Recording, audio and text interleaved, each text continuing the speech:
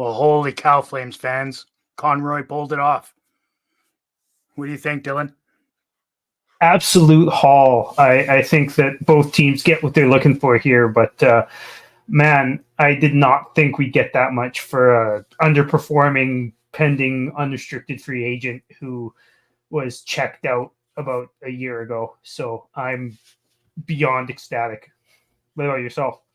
I mean, I was hoping to get a first and a prospect, is kind of what I was. I find that most fan bases will overvalue their players, and I was trying not to with Lindholm, even though I really like him as a player. I like Yeah, what he brings with that two-way force that he is. Um, I I was actually kind of blown away, to be honest with you. That was way more than I thought Craig could pull off. So yeah, I'm super happy about it. yeah, I'm super happy as well. I, like you said, I was expecting one prospect and a pick and maybe like a low upside uh, a low upside roster player, but I think Kuzmenko has more of an upside than people seem to realize. Um, Mhm. Anyone watching, feel free to comment in the comment section there and ask questions. Let us know how you feel about the trade. Um, I guess we'll tell you what the trade is right now. It's Elias Lindholm, no salary retained. That's another thing that surprised me. Um, for Andrei Kuzmenko, who is a right winger, can play left wing as well. Scored 39 goals in his rookie season last year. He's 27 years old, almost 28. Um, Underperforming this year, but also kind of been played kind of shitty by the coach. So hopefully can kind of turn out like Sharon Govich. Uh, More playing time hopefully could be really good for him. And Yoni Yermo, who's a 6'5" guy who was drafted in the third round a couple years ago. He's a defenseman playing in Finland. I think he's low NHL upside, but you never know. And Hunter, I'm going to butcher this name, but I'm pretty sure it's Bruce Stavich. Um, the guy has 69 points so far in the OHL, playing for the Kitchener Rangers, I believe. He is third in OHL scoring. He's a defenseman, third in OHL scoring among all players, and far and away the highest scoring defenseman in the league. And a first round pick and a fourth round pick that becomes a third round pick if the Canucks reach the Western Conference Finals, I believe. Dan nails it. What an absolute haul. I totally agree, Dan. I mean, it's exciting times now to be a Flames fan. Obviously, the last few weeks has been tough to watch. Watching the roller coaster, right? The typical Calgary Flames roller coaster, the mushy middle, as we like to refer to it as. And The hockey's been tough, and the news around the team has been tough, whether it's Dubé or whatever else. But it's nice just to have some positive news and feel like you came ahead in something here in Flamesland. It's been a really good last couple hours, I have to say. Yeah, no, it's been exciting. I know Dylan and I planned on recording a show tonight, and I pulled the shoot for personal reasons, but felt that this story had to be told. It's been something that Flames fans have been waiting for, just for far too long, right? Most Flames fans that have been following this team for decades, like we have, know that it was time to not retool, not add a piece. Like, let's start tearing it down, right? We've tried it with this core a few times, and it just simply hasn't been good enough. So it's refreshing to see that ownership is allowing Craig to make some moves. The fact that we're trading away our number one center to a divisional rival is pretty big. So it's good. That means good things for the future, in my opinion. And that's part of the reason why this haul is so big. Elias is asking, do you think they will trade Markstrom? I think they might, but if they do, I don't think it's going to be until the offseason. I think that they might be missing a big opportunity to move him within this season, with the season he's having, if they do that. But I think that from what I've heard, Craig Conroy doesn't want to approach him unless the deal is just out of this world. Yeah. The deal also has to, convince Markstrom to waive. So it has to be a contending team, right? Like, I look at New Jersey as a great team, but like, chances are they missed the playoffs this year. Like, he's not going to go there. Yeah, the standings aren't doing us any favor as far as that's concerned. I do want to throw one caveat in there, and that's there's been a lot of goalies injured this year. Mm-hmm. Some of which are teams that are looking to make a major push in the playoffs. Yeah. Whether they're contenders or not, that's yet to be seen. But I think there is potential at the deadline to pull off a trade like that. I obviously don't think the return's going to be anything near what we just saw with Lindholm. Goalies generally don't go for that type of return, but no. And I mean, I didn't think Lindholm would get nearly this much, in return. Really happy with it, but I also don't think that I could be wrong, but I agree with you. I don't think Markstrom gets that much, even if he's moved, to a contender within the season. He's having a really good season and everything, but I can't see him getting any more than a first round pick and maybe a prospect. Yeah. There's been all sorts of rumblings about Tanev going back to Vancouver.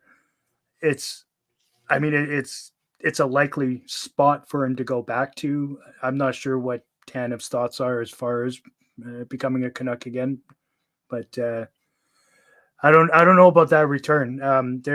They've really put a lot of their eggs into the Lindholm basket, so I don't know if there was really much left over if you put in a Tanev, because in my opinion, he's one of the best in the league and would be a really good deadline acquisition for a really major haul. Yeah. Especially for a rental, right? I agree. I think that they made a mistake getting Zadorov. I've heard lots of rumors about him not fitting very well there. I'm going to leave my personal thoughts about Zadorov out of this, but I think Why? I've heard that they might be trying to trade him. And if they do, then that would open a spot for Tanev, and I could see that happening. But I just don't see it happening unless they trade Zadorov first. Right. Or maybe they find a suitor for Tyler Myers, but that doesn't seem very, very possible either.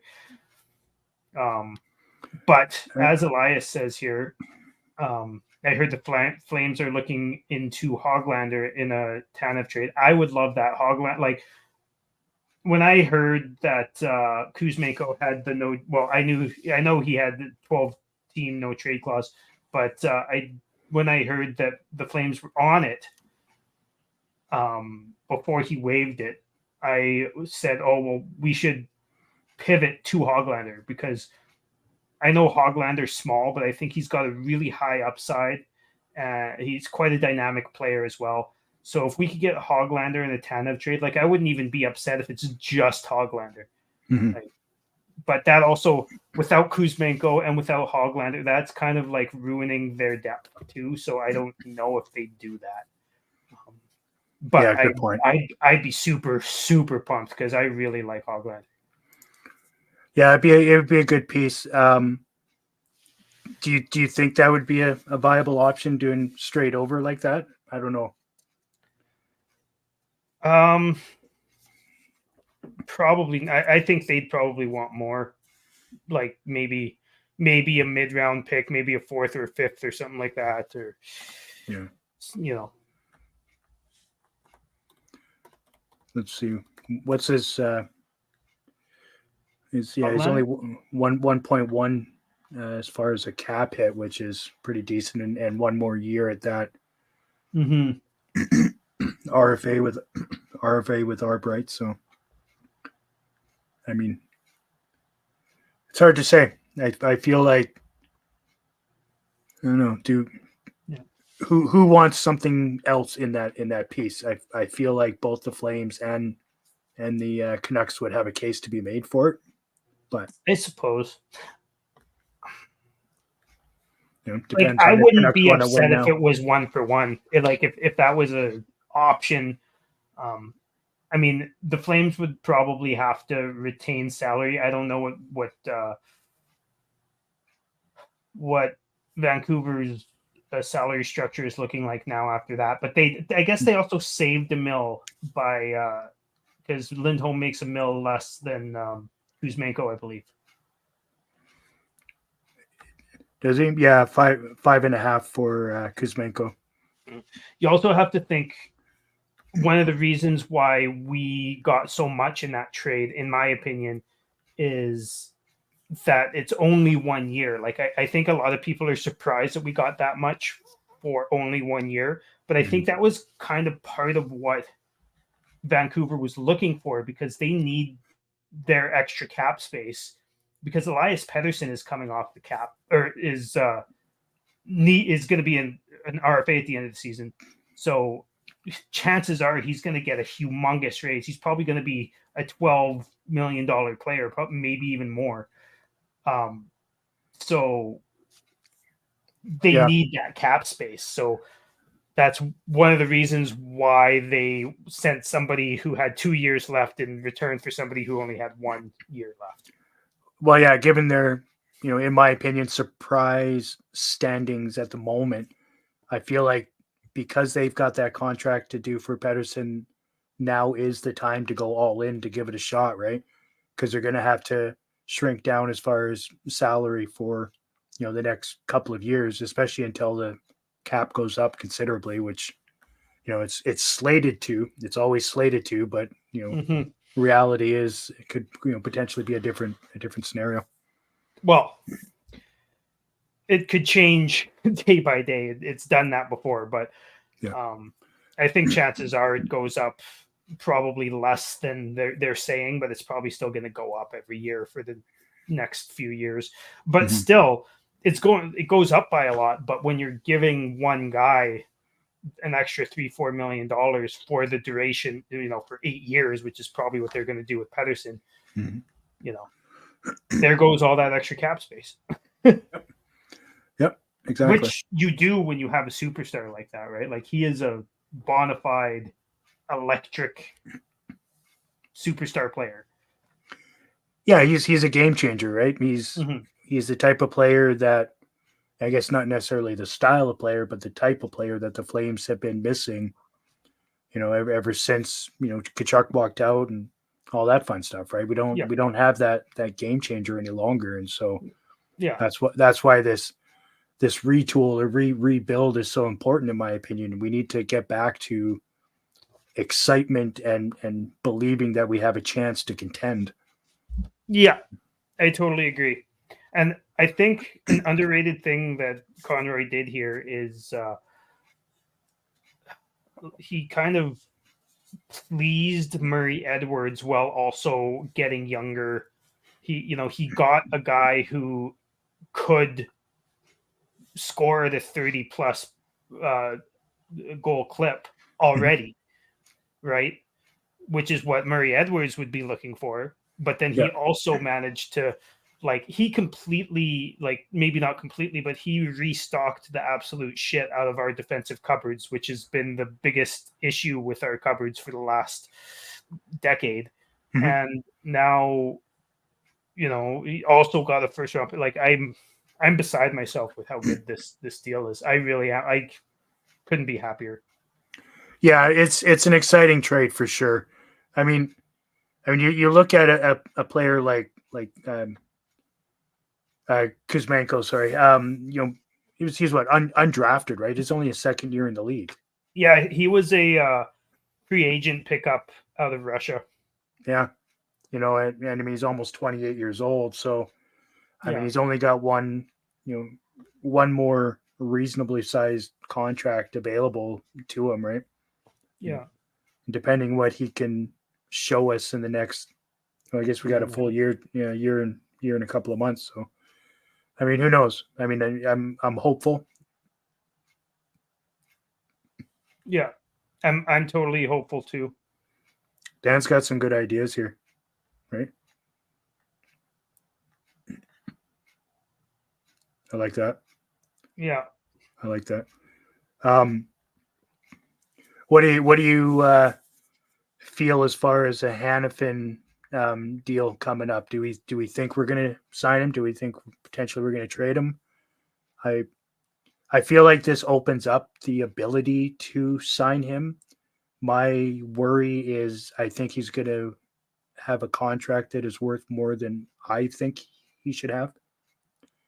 I think that's a given.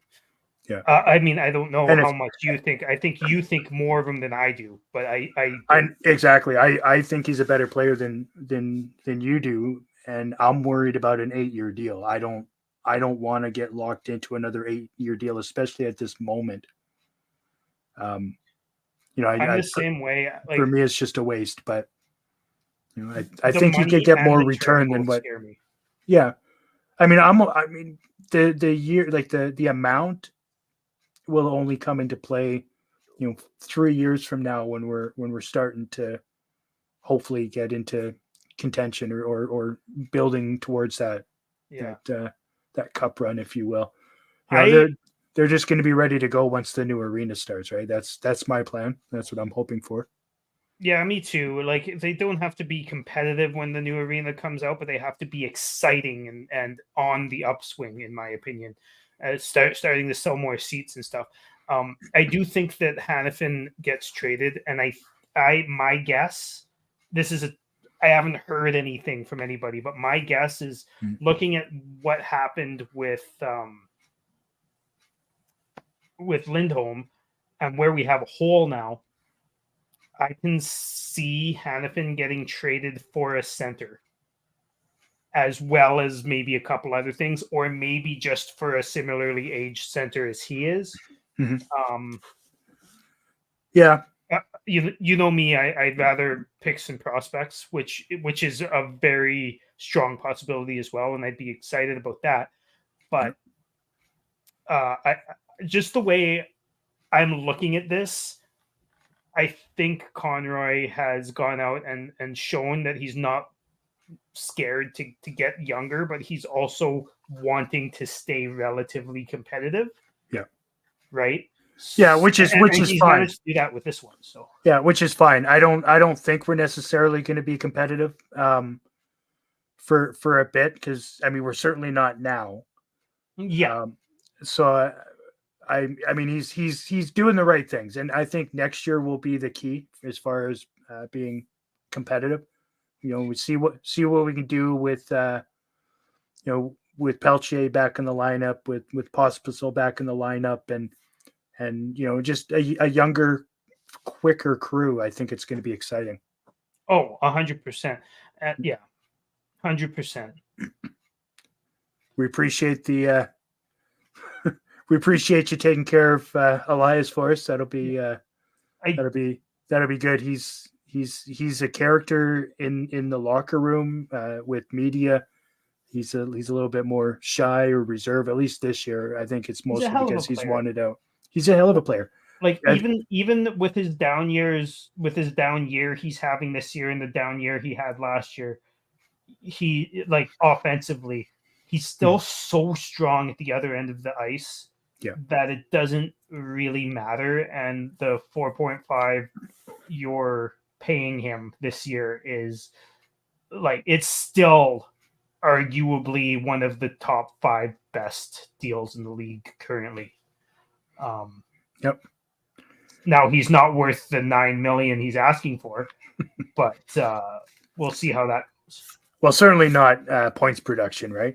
I mean, obviously he had a hell of a year centering Johnny and Matthew, but I Yeah. mean that whole line just went off.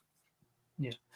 And Dan, that this is what I'm worried about too with Hannafin is he already walked away from an 8-year deal worth $7.5 million. It was $60 million he walked away with. So quick math would suggest that it's 7.5 times 8.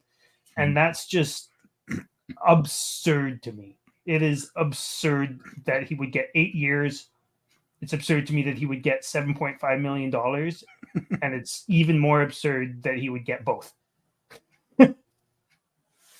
And that terrifies me that they want to continue talking to him when he's walked away from that already. Like, Yeah, no, I agree with that. There was also a rumor or a report that the Flames were the ones that pulled back on it, especially with the horrendous start that we had. Yeah. But yeah, either way, I don't want to pay him either one of those. I definitely don't want to give him the 8-year term.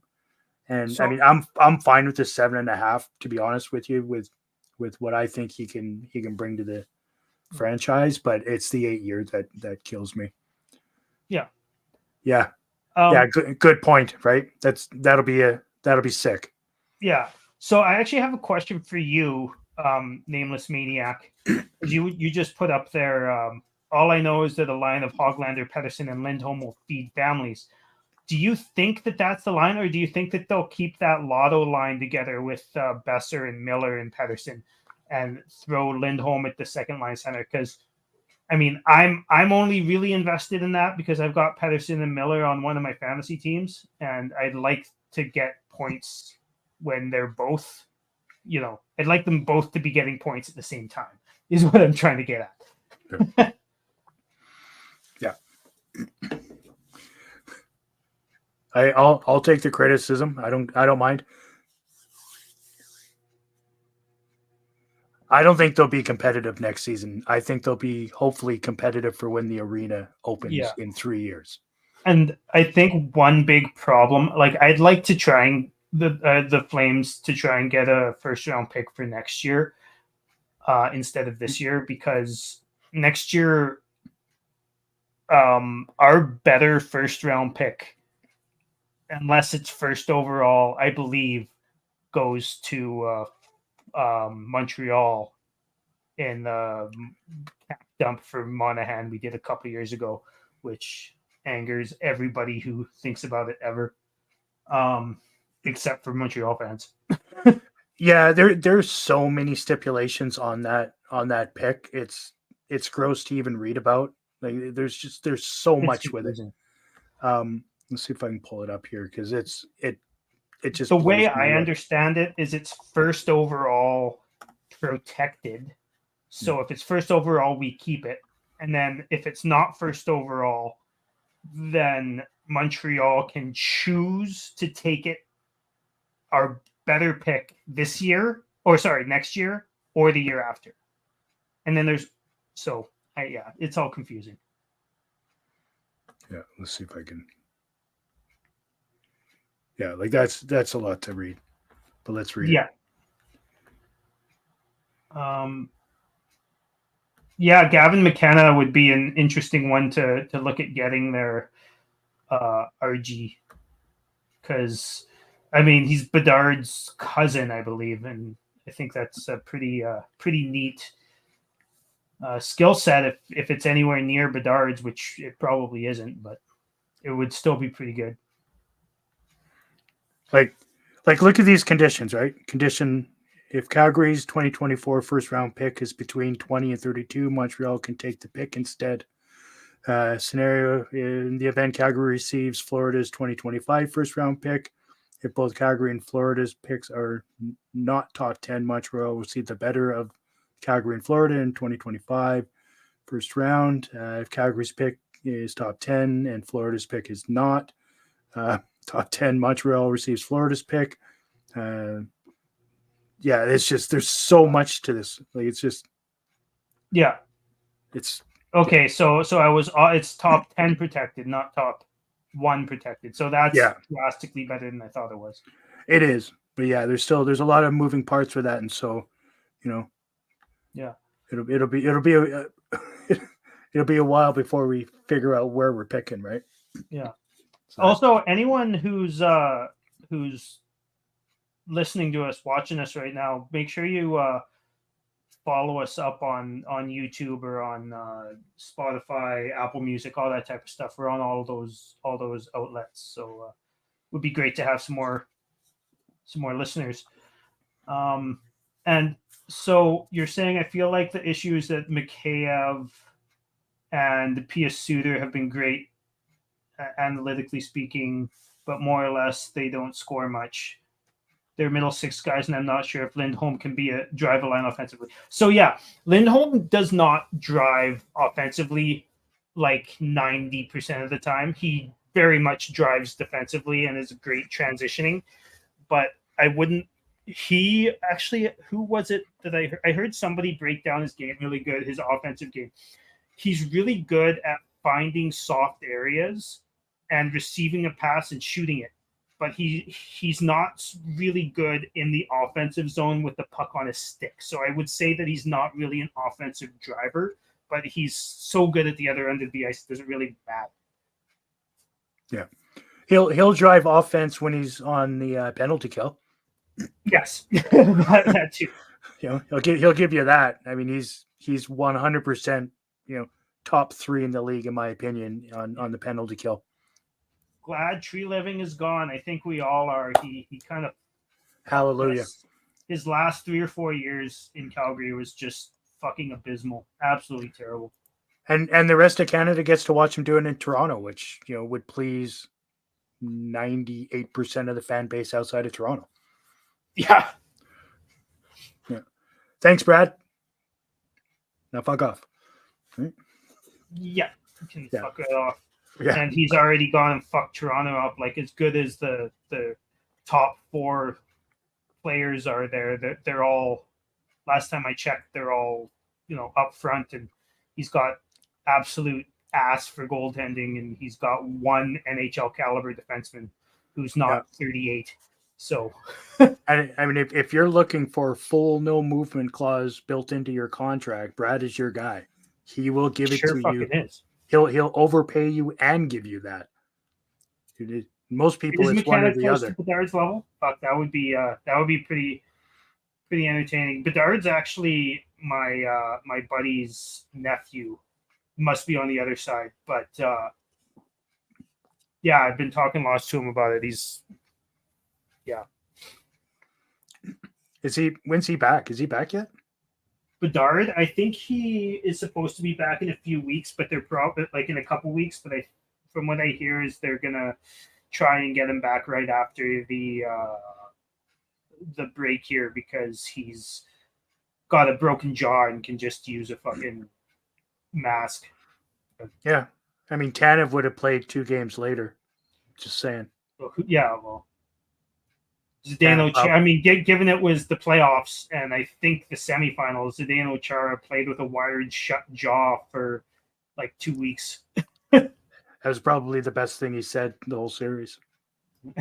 Nothing. Said nothing. Yeah. Thanks for joining us, Dan. Thanks a lot. Been great having you on.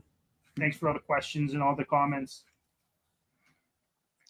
Yeah, this is exciting times, I think, to be a Flames fan. Now that we're starting to get a feel for what's to come for the future, we're not going to be signing all these UFAs that are, as well as we're not going to just lose them in the summer for nothing, which is kind of what we were, somewhat thinking would happen, right? Given our track record in the last few years, so it's refreshing to see that Conroy's actually making shit happen, which is nice.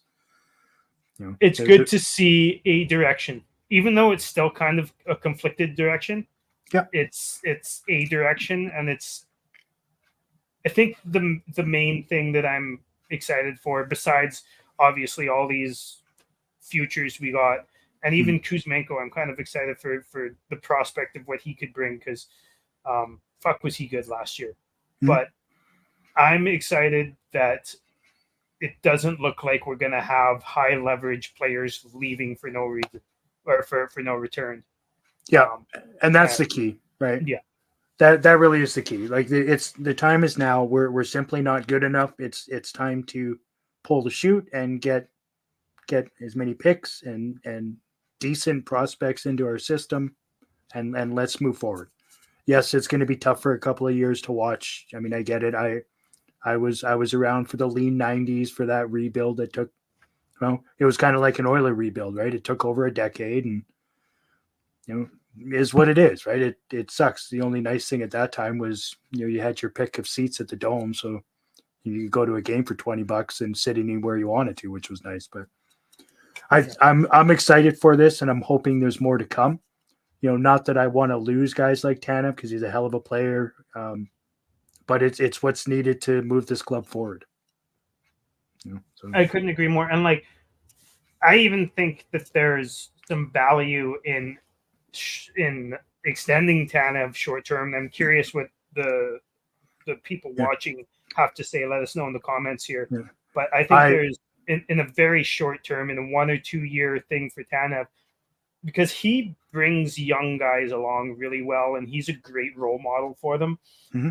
And I would love to see him help out, Jeremy Poirier as he comes up, and Yan Kuznetsov, and all those guys, Elias Lindholm, and all those guys who, maybe Hunter Bruskevich, or however you say it, in the next couple years, because I think there's a lot of value in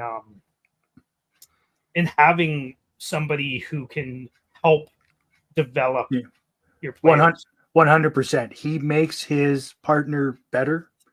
He's always made whoever he's played with better. Yeah. I mean, look at Hughes in Vancouver. There's a reason why he's at this level now. Obviously, he's got the talent, but he was mentored by one of the best. And in my opinion, I think it would be way better to sign Tanev to a 2-year deal than sign Hanifin to a 6 to 8 year deal, personally. Because I agree. Because I don't, by the time we get into the middle of a Hanifin deal at that size, what's it going to be? Who's it going to be when we're actually wanting to have a top level defenseman, right? I know that I'm totally, hoping here, and it's pretty low chance of it actually happening. But my ideal situation would be to rent Tanev out for the remainder of the season at the deadline, even if it's just for a second round pick or for a medium level prospect in the second round pick or something like that. And obviously preferred to get a first round pick, but get something like that, and then him go win a cup somewhere, and then come back to Calgary for 2 years. Yeah, I'm on board with that. That would be the ideal situation. Obviously, if you get return and continue to have him mentor your youth, that'd be great. Mm-hmm. But I haven't heard that that's what he would be thinking of doing. But I would love it. Did you draft your email to Conroy yet? I hope you have, right? Because I bet you he hasn't thought of that. You'd hope he has. Yeah, you would hope he has. Conroy knows a lot about the Flames bringing players back, older players back after their first stint. Camilleri, Tanguay, blah blah blah blah blah. I suppose Jokinen, I think. Which time? That's what I mean. Yeah. Yeah, we do like to bring guys back. I mean, obviously, the Tanguay and Jokinen are completely different situations because it's there was a couple of years in between, right? But yeah, it's good times. So, what do we think? Should we sign this off? Let all these guys go to bed. Yeah, thanks for joining us, guys. It was nice to see so many people here this time, and make sure you check us out on YouTube, Apple, Spotify, all that type of stuff. Follow us on all that. Give us a rating. Give us a like. Tell your friends. All that type of stuff. Yep. You know the drill. Armchair GM _pod on X. We're all over. Want to keep this train going? for as long as we can. Absolutely. Mm. Go Flames, go! And what a fucking trade! Whoop whoop! Cheers.